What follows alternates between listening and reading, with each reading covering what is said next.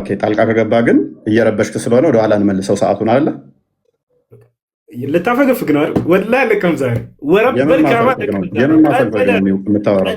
ሚዩት ላድርግልህ። ኦኬ ሚዩት አድርግሽ ጎበዝ። ስለዚህ ታሁን በኋላ ጣልቃ አይገባም ወንድማችን ብዬ አስባለሁኝ። ምንም እንትን ያልነው ነገር የለም። ኤኒዌይስ እያየ ሆኗል። ደቂቃውን አስጀምርላለሁ። ኦኬ አይሻ እንደተረከችው እንግዲህ በመጽሐፍ ቅዱስ ላይ አስማትና ድግምት አይሰራባቸውም።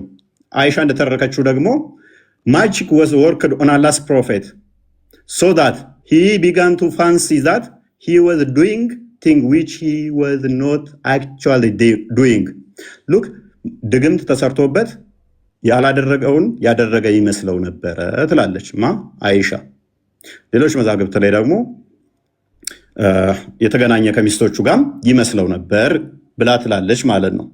ስለዚህ ወንድማችን እንዴት ነው እሱ የትኛው ነብይ ነው ማለት አላህ ይወጣል ይወርዳል ብሎ የሰበከ አንድ ነብይ ልታመጣልን ትችላለህ? ከሌሊቱ 1/3 ሲቀር አላህ ይወርዳል ሲል በምኑ ነው የሚወርደው? በምኑ ነው የሚወርደው?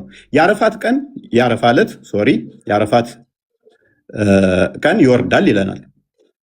እንዴት ነው የሚወርደው? መውረድ ማለት ምን ማለት ነው? ፖዚሽን ይቀይራል ማለት ነው። ዳይሬክሽን ይቀይራል ማለት ነው። ይሄ ደግሞ የፍጡራን ባህሪ እንጂ የፈጣሪ ባህሪ አይደለም። ታውቀዋለህ ሜቢ ተተማርክ። እንዴት ነው እሱ? በምኑ ነው የሚወርደው? በምኑ ነው የሚንቀሳቀሰው? በምኑ ነው የሚወርደው? በምኑ ነው የሚሄደውስ? ማለት መረጃ ታመጣልኛለህ ቀጣይ። ሌላኛው ዋናው አላህ አባት አይደለም ብላችሁ ታምናላችሁ። አላህ አባት ያልሆነው ለምንድን ነው? አባት ተብሎ ማይጠራበት ምክንያት ምንድን ነው? እሱ አላህ ልጅ የሌለው ለምንድን ነው? እሱ ነቢያቶች የሰበኩት ፈጣሪ አባት ተብሎ ይጠራል። አላህ ተብሎ ይጠራል? ኖ ቁርአን ራሱ የተጻፈው ይህንን ለመቃወም ስለሆነ ሱራ 18:4 ላይ እነዚያን አላህ ልጅን ይዟል ያሉትን ሊያስፈራራ ወረደ ይላል። ለማስፈራራት ነው የወረደው። የሚያስፈራራው ቅድም ነው ሙዛ ጋር ማን ነው ብሎናል? ሰይጣን ነው ብሎናል። ሊያስፈራራ ወረደ ይለናል። ማስፈራራ ለምን አስፈለገው? ለምን ነው የሚያስፈራራን? ነቢያት የሰበኩትን ለምን ነው የማትቀበሉት? ነቢያቶች እንደሰበኩ ታምናለህ? ለምሳሌ ሙሴ እንደዚህ ብሎ ያምናል። አንተ ታምናለህ? እናንተ አምላካችሁ እግዚአብሔር ልጆች ናችሁ ይላል። የአምላካችሁ የእግዚአብሔር ልጆች ናችሁ ታምናለህ አንተ እንደዛ ብለህ? ወይንስ ልክ አጋንንቶቹ እንደተናገሩት አላህ ልጅ የለውም ስላሉ አንተም ልጅ የለውም ትላለህ? መጽሐፍ ቅዱስ ራሱ የተጻፈው ኢየሱስ ሎክ በዚህ መጽሐፍ ያልተጻፈ ሌላ ብዙ ምልክቶች ያደረጋቸው አሉ። ነገር ግን ኢየሱስ እርሱ የክርስቶስ የእግዚአብሔር ልጅ እንደሆነ ታምኑ ዘንድ አምናችሁም በስሙ ሕይወት ይሆንላችሁ ዘንድ ይህ ተጽፏል። የማን ልጅ እንደሆነ? የእግዚአብሔር ልጅ እንደሆነ። ቁርአንስ የተጻፈው ለመቃወም፣ ይሄንን ተቃውሞ ደግሞ የሰይጣን ነው። ለምንድን ነው ለመቃወም የመጣው? አላህ ማለት የሰይጣን ከሆነ ለመቃወም ለምን መጣ? ለምንድን ነው እሱ ይሄንን የተቃውሞ እምነት የመሰረታችሁት? አላህ ምንም ልጅ ያሌለበት ምክንያት ምንድን ነው እሱ?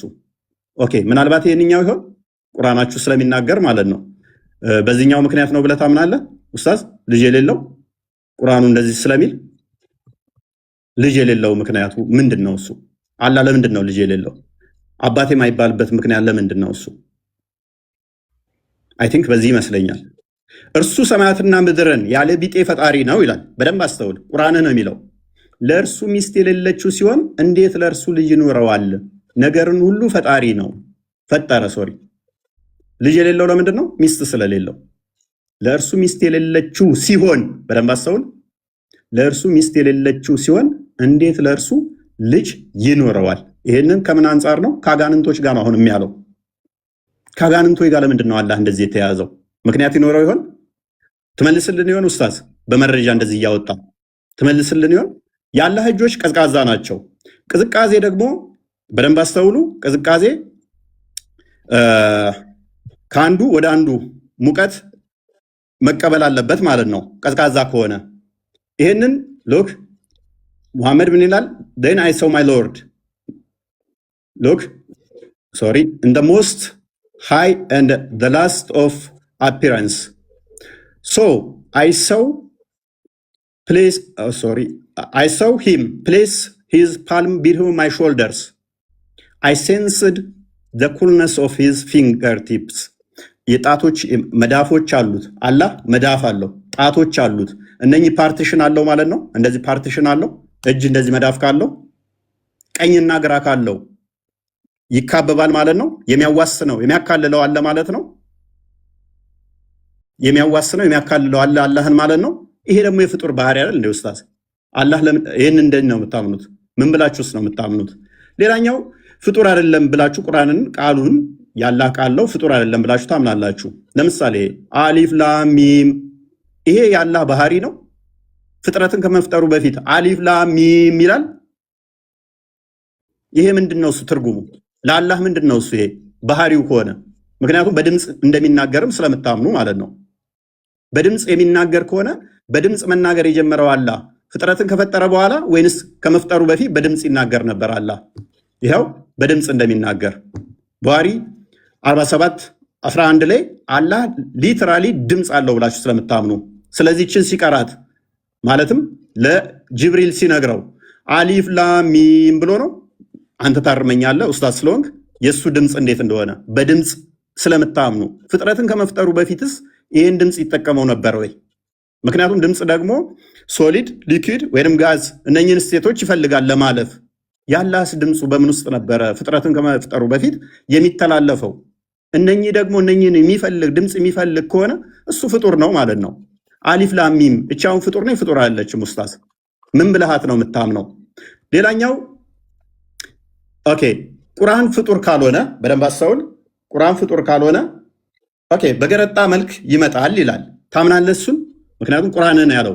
ይሄው ሱናን ሐዲስ ነው ያለው። ሱናን ኢብን ማጃ ቮሊዩም 5 ላይ ነው የሚገኘው ፔጅ 68 ላይ the Quran will come on the day of resurrection like a pale man and will say I am the one እያለ ይቀጥላል።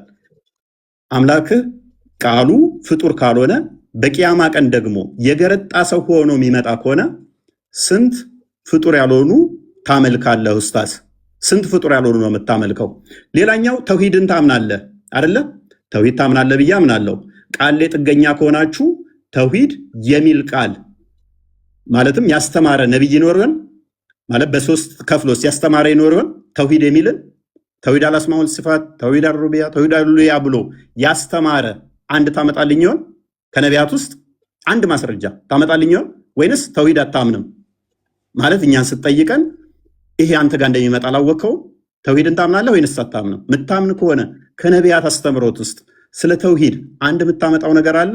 አምላካችን ተውሂድን ገልጾልናል ብለህ ምታምን ከሆነ ማለት ነው። ወይንስ አታምንም? ይሄንን ታምናለህ አታምንም? ኦኬ አላህ ወደ ቅርቢቱ ሰማይ የሚመጣ ከሆነ በደንብ አስተውል። ወደ ቅርቢቱ ሰማይ መምጣት ብቻ ሳይሆን በደመና እንደሚመጣ ታምናላችሁ።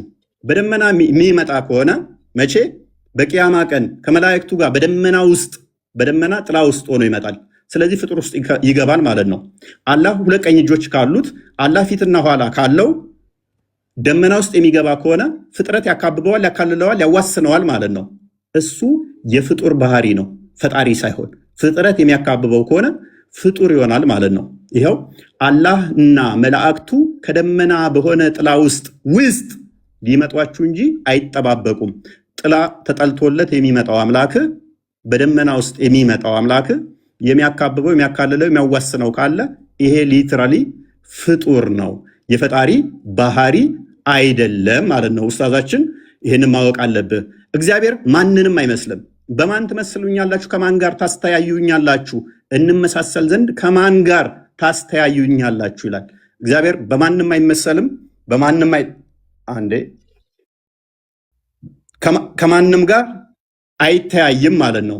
ስለዚህ ለእግዚአብሔር መጣ፣ ሄደ፣ ቆመ፣ ተነሳ ተብሎም አይነገርም። እግዚአብሔር ምን ስለሆነ መንፈስ ነው። እግዚአብሔር መንፈስ ነው። ሎክ ሰዓቱን ታይለኝ ከይቅርታ ሰዓት ጨርሰናል። ቴንክ ዩ። መረጃ እየከፈትክ እንደዚህ ትቀጥላለህ። ጎበስ እንግዲህ ልናወራ የመጣ ነው። አርእስቱ እንዳያችሁት የነቢያት አምላክ የትኛው ነው የሚል ነበር። ግን ልጁ ርዕሱ ምን እንደሆነ ራሱ አላወቀ መሰለኝ፣ ወይንም ደንግጧል። ሙሐመድ እንደዚህ ሆኖ አይሻ እንደዚህ ሆነ፣ ሙሐመድ ድግም ተሰርቶበት፣ ሙሐመድ አጋንንት ምናምን። አምላክን ንገረን እንጂ ሳትነግረን ሰዓት እኮ አለቀ።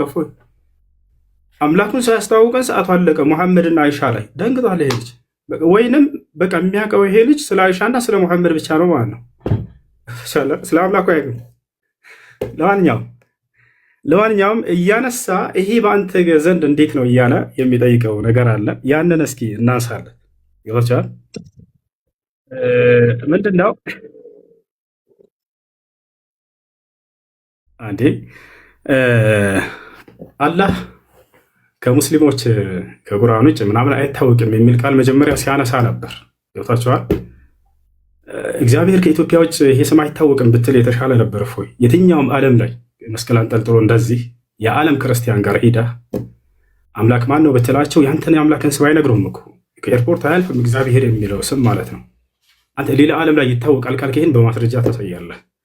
አላህን ግን ሙስሊሞች ብቻ ናቸው ወይ የሚያውቁት አምላክነቱን? በቁርአን ላይ ብቻ ነው ወይ? ላ አይደለም።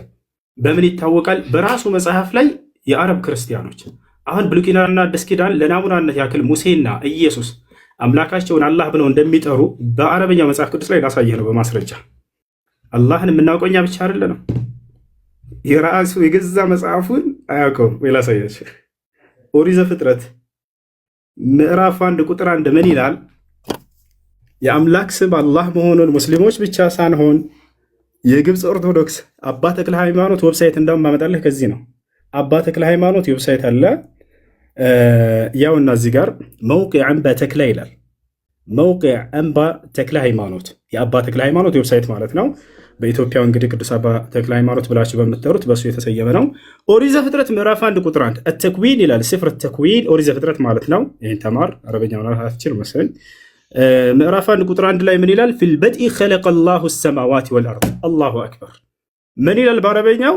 አላህ በመጀመሪያ ሰማይና ምድርን ፈጠረ ይላል። የጀማ ይሄ እያሳያቸው ያለሁት ቁርአን እንዳይመስላችሁ የራሱ የገዛ መጽሐፉ ነው። በገዛ መጽሐፉ ላይ አምላክን አላህ ብለው ይጠራሉ የአረብ ክርስቲያኖች። ይሄ ከብሉይ ኪዳን ነው። እስኪ ከአዲስ ኪዳን ደግሞ ለናሙናነት ያክል ላሳያችሁ። የት እንገባለን? ያው እና እዚህ ጋር አልኪታቡል ሙቀደስ መጽሐፍ ቅዱስ። እሺ እዚህ ጋር ሁለቱ መጽሐፍቶች አሉ። አልአህድ አልጀዲድ አዲስ ኪዳን ላይ ልገባ ነው።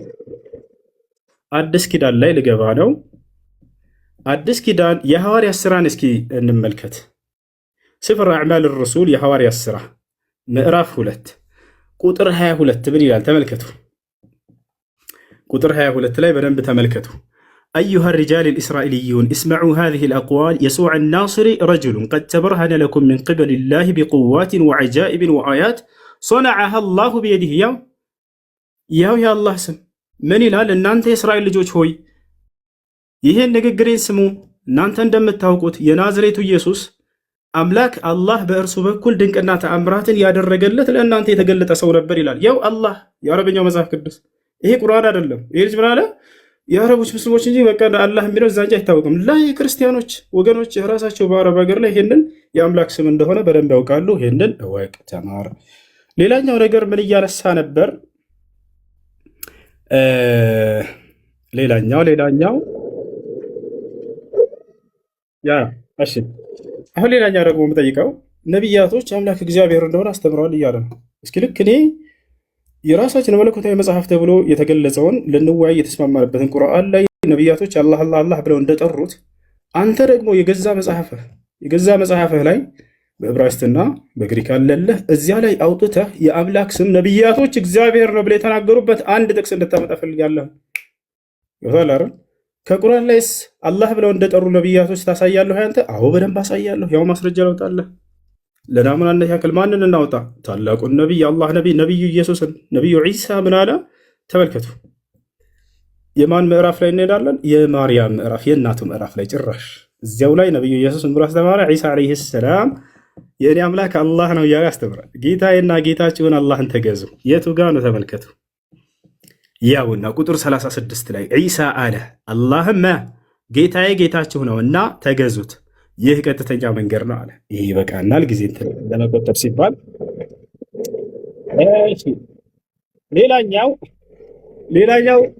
ሌላኛው ምን ብሎ ነበር? አላህ ከአርሽ በላይ ነው። አላህ ከአርሽ በላይ ነው ትላላችሁ።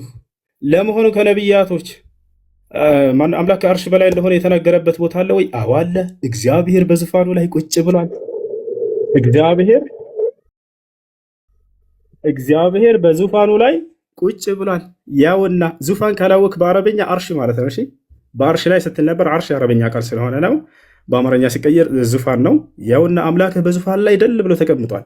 መጽሐፈ ነገሥት ቀዳማዊ ምዕራፍ 22 ቁጥር 19 ሚልክያስም አለ እንግዲህ የእግዚአብሔርን ቃል ስማ፣ እግዚአብሔር በዙፋኑ ተቀምጦ ያሰላም። እግዚአብሔር በዙፋኑ ተቀምጦ ሌላን ጨምር።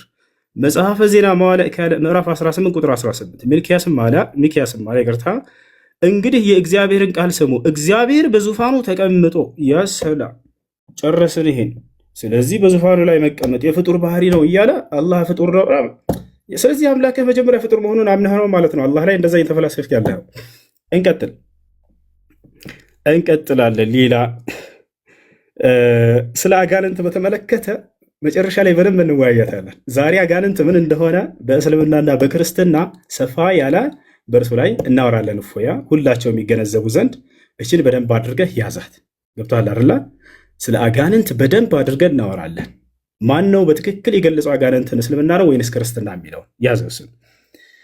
እሺ አላህ ጣት አለው፣ ጣት ካለው ደግሞ ፍጡር ነው እያለን ነበር። ላ ያ አኺ እግዚአብሔር ጣት አለው። ያው ማስረጃ ያው ኦሪት ዘጸአት ምዕራፍ 8 ቁጥር 19 ጠንቋዮችን ፈርዖንን ይህስ የእግዚአብሔር ጣት ነው አሉት። እሺ ችግር የለውም ይሄ ጠንቋዮች ናቸው ያሉት እንለፈው። ሌላ ማን አለ ግን? ኢየሱስ ክርስቶስ እኔ ግን በእግዚአብሔር ጣት አጋንንትን የማወጣ ከሆንኩ አለ ኢየሱስ ክርስቶስ ያሰለው። ስለዚህ እግዚአብሔር ጣት አለው። ጣት ካለው አንድ ነገር ፍጡር ነው ማለት ነው እያለ የራሱን ፍልስፍና ይሰራል። ይሄ ልጅ ብዙ ጊዜ ላይቭ ላይ ተቀምጦ ይሄን ነበር የሚያደርገው። ዛሬ ተገኘህ አልሐምዱሊላህ። የሆነ ሐዲስ ያነሳና የራሱን ፍልስፍና ይሰራል። የሆነ ቁርአን ያነሳና የራሱን ፍልስፍና ይሰራል። በዚያ ከታች ያሉት ወገኖችን ያስቃል። በቃ እውነት ላይ ያሉ ያስመስላቸዋል። ገብታቸዋል። ያ ነው አሁን የራስን ፍልስፍና ከዚህ ይህንን። ስለዚህ አላህ ጣት ስላለው ፍጡር ነው ያለ አንድ ሊቅ ልታመጣልህ ትችላለህ? ከሊቃውንቶቻችን ከሙፈስሮቻችን ወፍ ከየትም አታመጣም። ነገር ግን አንተ አምላክ ጣት አለው ብለህ ካመንክ ይሄ የፍጡር መገለጫ ነው ካልክ አምላክህ ፍጡር መሆኑን አምነህ ነው ማለት ነው የመጣው። ያው ኢየሱስ ክርስቶስ ራሱ እግዚአብሔር ጣት እንዳለው ተናግሯል ማለት ነው። እንቀጥላለን። እሺ ምን ብሎናል? አላህ ሰማይና ምድርን ከመፍጠሩ በፊት ቁርአን ይቀራ ነበር ብሎናል። ይሄ ልጅ ይገርመኛል። ለማንኛውም ማስረጃ ሲላሳየ ይሄ ضعيف ሐዲስ ነው። እሺ የነገሩህ ሰዎች ሸውደውሃል። ይሄ ضعيف ሐዲስ ነው። ላይቭ ላይ ሆነ እንደምታወራ አይደለም። ዛሬ ተይዛል። ያውና አላህ ሰማይና ምድርን ከመፍጠሩ በፊት ቁርአን ይቀራ ነበር እያሉ የሚነግሯቸው ያው ሐዲሱ ከነ ማስረጃው ላሳያችሁ።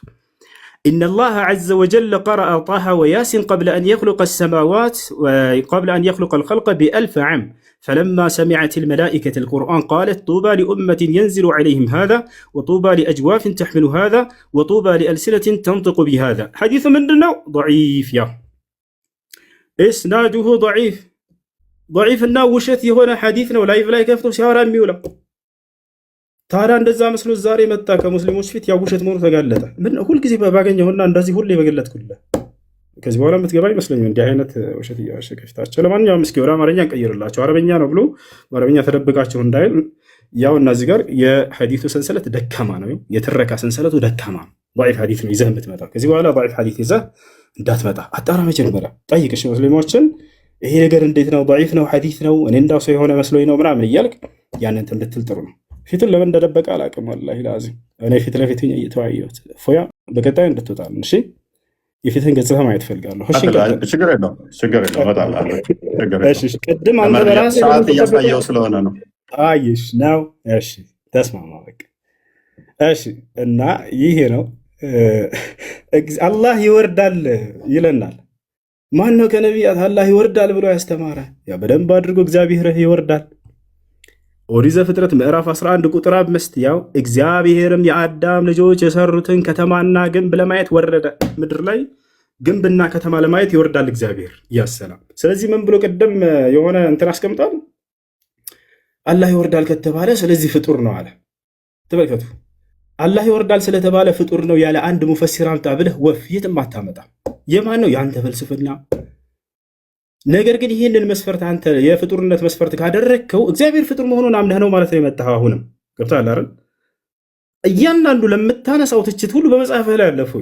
ምናልባት አንተ መጽሐፉን ላታውቅ ትችላለህ። ገብቶሃል? ስለ መጽሐፍ ስለ ክርስትና ብዙ የምታውቅም አይመስለኝም። እኔ አላውቅም ብቻ ገብታችኋል? ቢያውቅ ኖሮ ይሄ ልጅ ለትችት አያመጣውም ነበር። ቁርአንና ሐዲስ ላይ ያለውን ያው መጽሐፌ ላይ ያለ እኮ እንዴት ነው ሰዎች ላይ ያለውን ሂጅ ልተችን ብችለው ብሎ ያውቅ እንትን ራሱን ይወቅስ ነበር። ገብታችኋል? ግን መጽሐፉን አያውቅም። ያው መጽሐፍህ ላይ አምላክ ይወርዳል እኮ ለዚያውም ግንብና ህንፃ ለማየት ምድር ላይ የተሰራ ግንብና ህንፃ ለማየት ይሄ ነው። እና ፎያዬ ከዚህ በኋላ ይህንን ባትደግሚው ሌላ ቦታ ላይ ነውር ነው። እሺ እና ይህ ነው። ሌላኛው ተውሂድን ያስተማረ ነብይ እያለ ነበር። ተውሂድን ያስተማረ ነብይ ተውሂድ ብሎ ማለት ኢፍራዱላሂ ብልዒባዳ አምላክን አላህን በብቸኝነት ማምለክን ያስተማረ ማለት ነው። ታዲያ ነብያቶች ሁሉ አንዱን አምላክ በብቸኝነት አስተምሩ እያሉ በደንብ አስተምረዋል። ገብተዋል። ይሄ በመጽሐፍህም ላይ አለ። አንዱን አምላክ እንድታመልኩ በእኛም መጽሐፍ ላይ አለ። ለናሙናነት ያክል ከአንተ መጽሐፍ ከእኛም መጽሐፍ እንግለጽ። ኢየሱስ ክርስቶስ ዮሐንስ ወንጌል ምዕራፍ 17 ቁጥር 3 ላይ ምን አለ? ወሃዚሂ ሂየ ልሐያት አልአበድያ አን ያዕሪፉከ አንተ አልኢላህ አልሐቂቂይ ወሕደከ ወየሱዕ አልመሲሕ አለዚ አርሰልተሁ ይላል። ይህ መጽሐፍ ቅዱስ ነው፣ በአረበኛ ነው። ምን ማለት ነው? ይህች ነች የዘላለማዊ ህይወት አለ። አባት ወይ አንድና ብቸኛ እውነተኛ ሆንክ አምላክ። አባት የሚለውን የአንተ ግንዛቤ ቢሆንም ያ አንድ አምላክ የሚለውን ቃል ግን ያ ብቸኛ እንደሆነ ክርስቶስም አስተምሮታል። ገብቶሃል አይደለ? ብቸኛ እንደሆነ አስተምሮታል። በርካታ ቦታ ላይ መጽሐፍቶች ላይ አምላክ አንድ እንደሆነ አስተምረዋል። በቁርአንም ላይ ስንመጣ እንዲሁ የአምላክ አንድ ብቻ እንደሆነ አስተምረዋል ነቢያቶች ማለት ነው። አንድ አምላክ ብቻ ነው። ሙሴ ለምሳሌ ምን አለ? ሱራ ጣሃ ላይ ኢነማ ኢላሁኩም አላህ ላ ኢላሃ ኢላሁ ወሲዐ ኩለ ሸይን ዒልም አለ። አምላካችሁ እርሱ አላህ ብቻ ነው፣ ከእርሱ በስተቀር ሌላ ማንም አምላክ የላችሁም አለ። ነገር ግን ባይሆን በዚሁ አንጻር ወደ አንተ ስንመጣ ጊዜ አምላክ አንድም ሶስትም ነው ብለህ ታምናለህ አንተ ክርስቲያን እንደመሆነ መጠን። ገብቶሃል አይደል? ስለዚህ ያ በመለኮት አንድ በአካል ሶስት ብሎ ወይንም ደግሞ አምላክ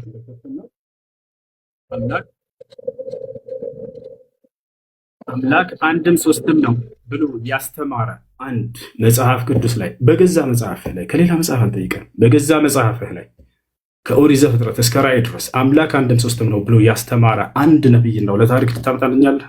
ሁለት አይደለም አንድ። እሱን ያዘው። ደቂቃ ላይ እስካሁን ያ አላህ። እሺ 7 ደቂቃ አለ። ሌላኛው ነገር ስለ አላህ አካሎች ሲናገር ነበር። ጥቅልል አድርግ እሱን ስለ አላህ አካሎች አላህ እጅ አለው፣ አላህ እግር አለው፣ አላህ ጣት አለው ምናምን እያለ ነበር። እግዚአብሔር ጣት እንዳለው አሳይቼላቸዋለሁ። ሌላኛው ምንድነው? እግዚአብሔር እግር አለው ወይ? አዎ እግዚአብሔር በደንብ አድርጎ እግር አለው። ላሳያችሁ፣ ሁሉንም አሳያቸዋለሁ። እግዚአብሔር እግር አለው፣ በእግሮቹ ይረማመዳል። ያ ነው በማስረጃ እያለ ነበር ፎያ ቅድም። ያ ነው ማስረጃ ያው እያሳየን እንዲሆን እዚህ ጋር ምን ይላል መጽሐፍህ ላይ ያውና እግዚአብሔር እንዲህ ይላል፣ ሰማይ ዙፋኔ ነው፣ ምድርም የእግሬ መረገጫ ነው ይላል። ምድርም የእግሬ መረገጫ ነው ይላል። ምናልባት ይሄ መጽሐፍ አንተ ከተቀበልከው በይህ እግር የሚባለው ነገር እጅ የሚባለው ነገር በአዳም ላይ ያለ አካል እና ገጽታ በአብን በወልድም በመንፈስ ቅዱስም ላይ አለ ይላል መጽሐፍ። ከዚያ መጽሐፍ እስኪ ላውጣለህ። ምናልባት በስጋ ስለተገለጠ ነው ኢየሱስ ክርስቶስ ልትሉ ትችላላችሁ። በአብን በወልድም በመንፈስ ቅዱስም ላይ አሉ እነዚህ አካሎች ብሎ ግን ይናገራሉ። እነዚህ ይህን መጽሐፍ እሱ ይክደዋል ብዬ አላስብም። እስኪ ላሳያችሁ።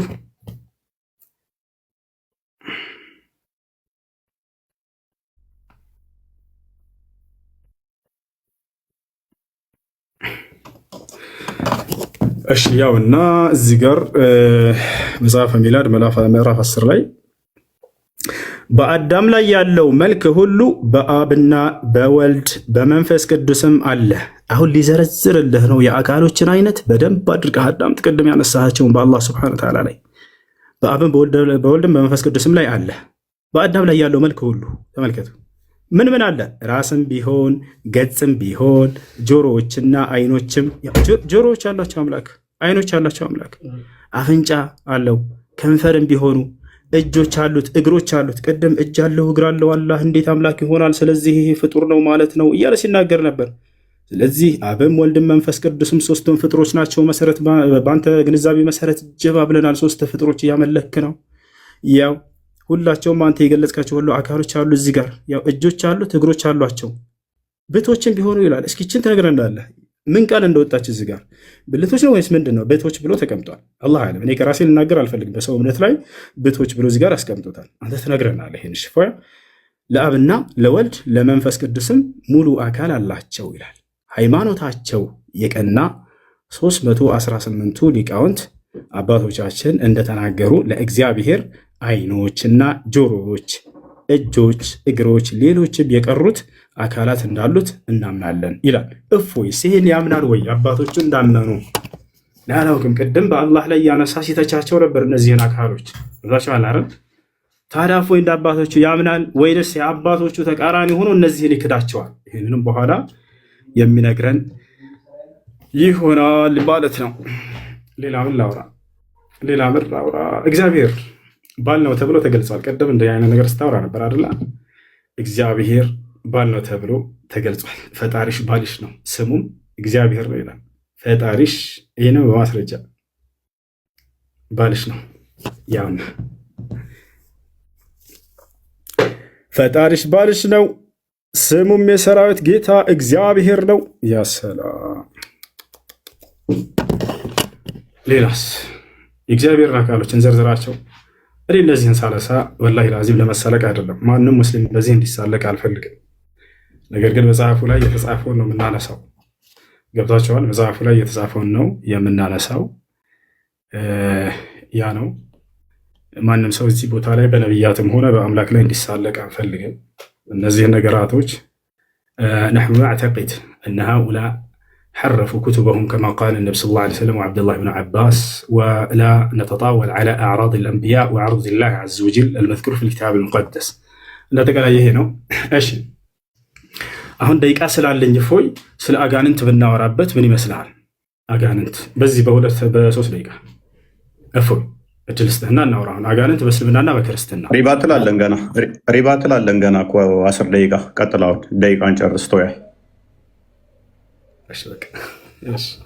እንግዲህ ስለ አጋንንት እናወራበትን ዛሬ ስለ አጋንንት በደንብ ትረዳላችሁ ክርስቲያኖች። በደንብ እናወራለን። ቀጥላውን ደቂቃ 2 ደቂቃ አለ። ጨረስክ እንዴ? አንድ ሚዩት አድርገው። ደቂቃ አለ። ያብሽር ከፈለክ ልጨፍርበት። ረጋ በል። ሚዩት አድርገው። እሺ ለማንኛውም ሌላም ነገራቶችን ማንሳት ካስፈልግናው እናነሳ ነበረ። እግዚአብሔር እግሮች ያሉት በእግሮቹ ሰፈር ለሰፈር እንደሚዞር ይናገራል። እሱንም በማስረጃ ላሳያችሁ መሰለኝ። በምድር ላይ እንዲህ 5 አለ ባትሪ አንድ ቻርጅ አድርጌዋለሁ። ቻርጅ አለ። አይዋ ቻርጅ አለ። አስተካክለው። እሺ ሌላኛው ነገር ምንድን ነው? እግዚአብሔር ሰፈር ለሰፈር ይዞራል ያልኩባቸውን ላውጣላቸው እስኪ። እግዚአብሔር እንግዲህ ከመጽሐፍ ቅዱስ ላይ ምን ይላል? ክርስቲያኖችን ወይንም የመጽሐፍን ተከታዮች ሲያዛቸው ከሰፈራችሁ ወጣ ብላችሁ መጽዳዳት በምትፈልጉ ጊዜ መቆፈሪያ ያዙ ተብላችኋል። መቆፈሪያ ያዙ አለ እግዚአብሔር። ከዚያስ መቆፈሪያ ከይዛችሁ ከሄዳችሁ በኋላ ተጽዳዳታችሁ አይነ ምድራችሁን ስትጨርሱ ድፈኑት፣ ቆፍሩና ቅበሩት አለ እግዚአብሔር። ለምን ከተባለ እኔ ጌታ እግዚአብሔር ሰፈር ለሰፈር ስለምዛወር አለ። እርኩስ ነገር አይቼ እንዳሳልባርከ እንዳልመለስ። አያቸው አይደለ? ሰፈር ለሰፈር እግሮች ያሉት በሰፈር ለሰፈር ይዞራል። ካካካዬ ይመለሳል ከዚህ አካባቢ። ቅድም የተገደበ ነው አምላካችሁ ፍጡር ነው ማለት ነው እያለን ነበር። በዚያ ባለበት ቦታ አይገኝም እኮ እግዚአብሔር። እና ላሳየህ፣ ያው ላሳየህ እንዳለ አምላክን ፍጡር ለማድረግ የሄደበት መንገድ አላህን ሙሉ መጽሐፉ ላይ አለ። የሚገርማቸው ላሳያቸው። አንዴ ሳይዘጋብኝ ዘዳገባ ያዙ። አንዴ ሳይዘጋብኝ ቶሎ ላሳየው። ሳይዘጋብኝ ማለት ምንድን ነው? ኡስታዝ ገና እኮ ነው። አንዴ ቤት አድርግ ያውና ሚዩት አድርግ። ለመጸዳዳት ከ12 ተከታተሉ። ለመጸዳዳት የሚሆንህን ቦታ ከሰፈርህ ውጭ አዘጋጅ አለ እግዚአብሔር። ከዚያስ ከትጥቅህም ጋር መቆፈሪያህን ያዝ። በምትጸዳዳበትም ጊዜ አፈር ቆፍረህ በአይነ ምድርህ ላይ መልስበት። አምላክህ እግዚአብሔር ሊጠብቅህ ጠላቶችህንም በእጅ አሳልፎ ሊሰጥህ በሰፈር ውስጥ ስለሚዘዋወር በመካከልህ አንዳች ነገር አይቶ ከአንተ እንዳይመለስ ሰፈርህ የተቀደሰ ይሁን። አላሁ አክበር። እግዚአብሔር ካካካክታችሁ ወይም ተጽዳርታችሁ በዚያ አካባቢ ላይ አልመጣም አለ። በቃ እዚያ ቦታ የማይገኝ ከሆነ የተገደበ ነው። የተገደበ ከሆነ ፍጡር ነው ካል የተገደበ ነው ማለት ነው። ሌላው ጨርሳል። ኦኬ 10 ደቂቃ ያው ይታያል። ይታያል። ብትመጣ በቪዲዮ ደቂቃ አለን። መረጃ ላሳየ ነው። ተረጋጋ። እናጣለን። አይዞህ። ያ ደቂቃ አንተ ነህ እኮ ያስያዝከን። መልካም። ቅድም ጀምሬ ነው ያቆምኩት። እግዚአብሔር በምንም በማንም አይመሰልም። በደንብ አስተውሉ። በምንም በማንም እንደዚህ በቦዲ ፓርቶች አይመሰልም።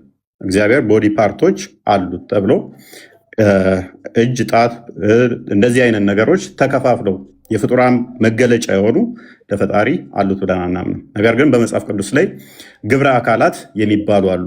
በግብረ አካላት ተገልጸዋል። እሱ ያመጣው ምንድነው? እሱ መጽሐፈ ሜላድን ጠቅሷል። ምዕራፍ 10 ላይም አለ። እንዲሁም ደግሞ ሰለስቱ ምዕት ላይ ብሎም ጠቅሶታል። እነኝን የጠቀሳቸው እነኝን እጠይቅሃለሁኝ ና ተመለስ፣ እነኝን ከሶርሳቸው ታመጣለህ ማለት ነው። ታመጣታለህ፣ ከሶርሳቸው ታመጣለህ ማለት ነው። እነኝን ከሶርሳቸው ቀጥታ ታመጣለህ። አትናቴዎስ ግን በደንብ አስተውል። አትናቴዎስ ይህንን እንዳላለን ያሳይሃለው ማለት ነው። አትናቴዎስ አላለም።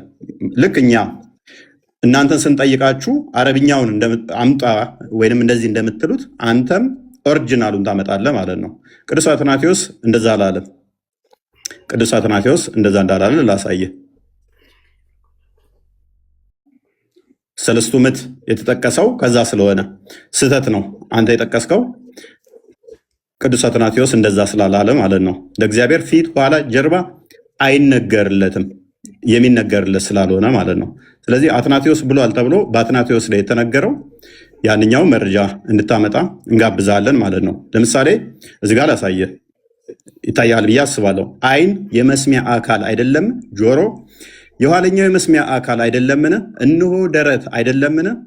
እንደገና አንገትም እግርም አይደለም? ነገር ግን እያንዳንዱ የራሱ ስራ አለው። አንዱ ነጠላ ሰውነት ከነዚህ ክፍሎች የተገነባ ነው። ይህ ለአምላክ የሚሰጥ ከሆነ የሚከተሉትን ያመጣል። አንደኛ ከላይ እንዳየነው እርሱ ራሱን አይመስልም ያሰኛል። ሁለተኛ ተፈጥሯዊ በሆነ ሁኔታ የአካል ክፍሎች እንደሚከፋፈሉ እርሱንም እንደገና እንዲከፋፈል እናደርገዋለን ይላል። በመሆኑም እግዚአብሔር የአካል ክፍሎች አሉት ማለት ተገቢ አለመሆኑን ይልቅ ያትታል። እኛ ጋር ያሉ የአካል ክፍሎች ለእግዚአብሔር ሰጥቶ መናገር ወይንም ለእግዚአብሔር አካሉን ከፋፍሎ አይኑ የሆነ የአካል ክፍሉ፣ ጆሮ የሆነ የአካል ክፍሉ ነው፣ እጁም የሆነ የአካል ክፍሉ ነው እያል ልንከፋፍለው አይገባም። ማን ያለው? አትናቴዎስ። ታያል። አንተ ሰለስቱ ምዕትና መጽሐፈ ሜላድን ያመጣኸው ማለት ነው። እነኚህ ሙሉ የአካል ክፍል እንደሌለው ዮሐንስ አፈወርቅም የሚናገሩበት ነው። ለእግዚአብሔር እንደዛ አይነገርም። ወዳጃችን ደግመ ክሮስ ቼክ ሳታደርግ መረጃ ዘህ እንዳመጣ ማለት ነው። ምክንያቱም እግዚአብሔር ምንድነው ብለን ነው የምናምነው እኛ? እግዚአብሔር ምንድነው ብለን ነው የምናምነው? እግዚአብሔር መንፈስ ነው፣ በሁሉ የሞላ ነው፣ በሁሉ ያለ ነው። እግዚአብሔር መንፈስ እንደመሆኑ መምጣት፣ መቆም፣ መነሳት አይነገርም። እሱን መማር አለብህ ውሳስ። እግዚአብሔር በሁሉ የሞላ ነው። እኔ የቅርብ አምላክ ነኝ እንጂ የሩቅ አምላክ አይደለውም። ሰው በስውር ቢሸሸግ እኔ አላየውም። ሰማይንና ምድርን የሞላ ሁኔ አይደለውም ይላል እግዚአብሔር። ማን? ሰማይና ምድርን የሞላ ነው እሱ። ስለዚህ ሰማይና ሞላው እርሱ መሄድ፣ መምጣት፣ መቆም፣ መነሳት እነኛ አይነገሩለትም። እነኛ የተነገሩትን ካመጣ ይተረጎማሉ። ትርጓሜያቸው ምንድን ነው? ከመገለጥ አንጻር የተነገሩ ናቸው። ከመንፈስህ ወዴት እሄዳለሁ? ከፊትህስ ወዴት እሸሻለሁ? ወደ ሰማይ ብወጣ አንተ በዚያ ነህ፣ ወደ ሲኦልም ብወርድ በዚያ አለህ። አላህን ከእግዚአብሔር ጋር እያመሳሰልከው ነው እንደ ኡስታዝ። ሱራ 16:4 ላይ ከማንም ጋር ታመሳስል ብሎ ነበር። ለምን ታመሳስለው? አላህ ጭንቅላት ተገኝቶለት ነው አለው ራስም ምናምን ብለህ ያልከው? አላህ ጭንቅላት አለው የሚል ከቁርአን ላይ አንድ ጥቅስ ትሰጠኛለህ ማለት ነው? ወይንስ ነቢያቶች አዎ አላህ ጭንቅላት አለው ብለው ሰብከዋል ብለህ ታምናለህ? አላህ ጭንቅላት አለው ማለት ነው? ስለ ዙፋን አንስተሃል። ኦኬ፣ ስለ ዙፋን ካነሳ ደግሞ ዙፋኑ ማን ነው? ልጁ ነው። ለምሳሌ ልጁ በዙፋኑ ይህንን ታምናለህ? ስለ ልጁ ግን አምላክ ወይ ዙፋንህ ይላል። ያ ዙፋኑ የልጁ ታምናለህ? ማን ነው? እርሱም ክርስቶስ አብ ነው ስለ ልጁ የሚናገረው። እስከ ዘላለም ድረስ ይኖራል፣ የመንግስት ብትር የቅንነት ብትር ነው ይላል። ይህንን ታምናለህ? ኦኬ፣ እዚህ ላይ ሌላ አንድ አባት ሰጥሃለሁኝ። ዙፋን የሚለው እንደ የፊዚካል ሴንሱን ሰጥተኸው አይደለም፣ ቅንነቱን፣ ፍርዱን እሱን ለመግለጽም ዙፋን ተብሎ ተገልጿልና እንጂ ፊዚካል ቦዲ ቦታ አይደለም። ምክንያቱም እሱ በሁሉ የሞላ በሁሉ ያለ ነውና። ሚስትነትን አንጥተሃል። ሰማያትና ምድርን ያለ ቢጤ ፈጣሪ ነው፣ ለእርሱ ሚስት የሌለችው ሲሆን እንዴት ልጅ ይኖረዋል? ነገርን ሁሉ ፈጠር የተባለው ልጅ ያስፈለገው ሚስት ያስፈለገው ልጅ ስለሌለችው ነው አይደለ? ልጅ የሚኖረው ሚስት ሲኖረው ነው። እግዚአብሔር ባልሽ ነው ቢል ጠባቂሽ ነው ተንከባካቢሽ ነው ለማለት ነው መጽሐፍ ቅዱስ። ያንተ ግን ሚስት ስለሌለኝ ነው ልጅ የለኝም ያለው። ማይገናኝ ለምን ታገናኛለህ ኡስታዝ? ምን ሆነ ነው? ይሄ ሚስት የለኝም ያለው ልጅ ስለሌለው ነው። ያኛው ግን ጠባቂ ነው፣ ተንከባካቢ ነው፣ መጋቢ ነው።